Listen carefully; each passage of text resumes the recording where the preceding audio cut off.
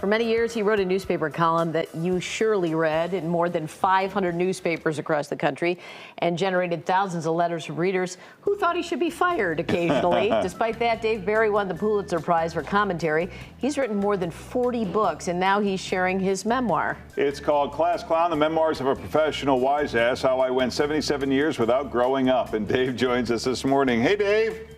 Hey, guys. What were a couple of the things you did that people wanted to get you fired for?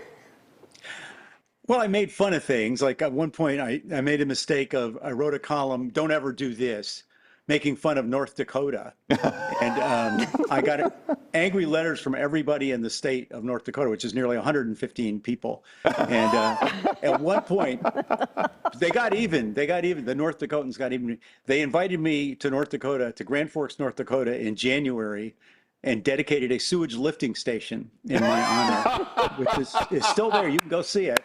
Dave Barry Lift Station number 16. That's great. I'm pretty proud of that. So your column ended, am I correct, in 2005 before social media took off? I just wonder, people taking the time to write a letter is one thing, but this instant feedback on, saying they don't like you, it's kind of overwhelming. Could you do your column in this day and age?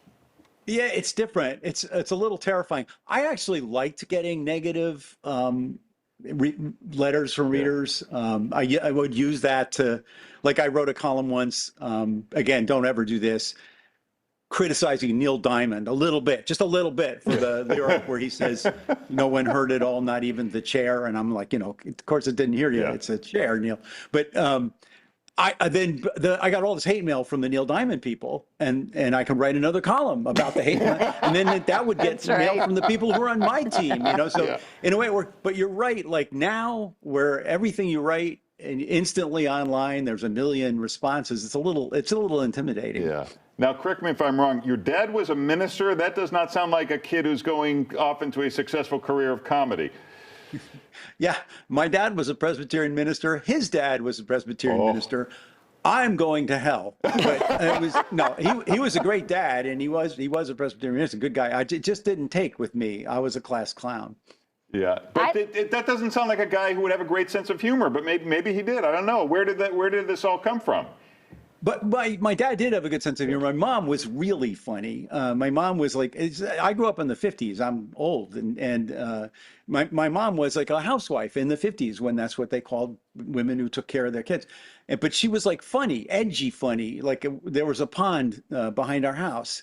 And we used to go play by the pond, which you wouldn't let your kids do that today. Yeah. But back then in the 50s, they had extra kids. But my mom would, like my sister and I'd be on our way to the pond. We'd go, we're going to the pond. And she'd go, well, don't drown, kids. You make a joke out of it. She was kind of edgy. So I got my sense of humor from her. Yeah. You got some great life lessons in your book as you look back. I do like this one where you say, don't confuse your career with your life.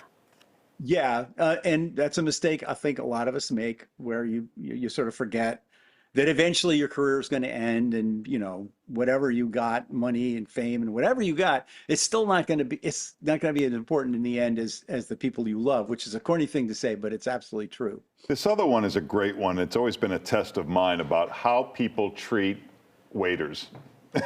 Yeah, maybe that may be the single most quoted thing that I ever wrote. And it's basically, I say, a person who is nice to you but rude to the waiter is not a nice person. Yeah. And people respond to that because that is a good test of, you can tell a lot about people by how they treat people who they don't have to be nice to. Right. I love this one too. And this, I don't think anything could be more true in this day and age. It says someone will always find a way to take something too seriously. This is the story of my whole life. I learned this very early on as a columnist.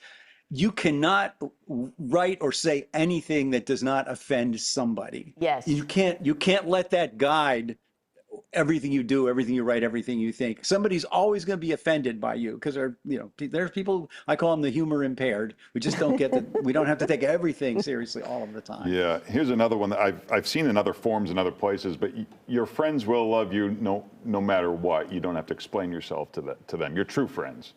Yeah. You discover that when you go through rough times in your life. There are some people who will be loyal to you, even if you've done something they disapprove of, whatever.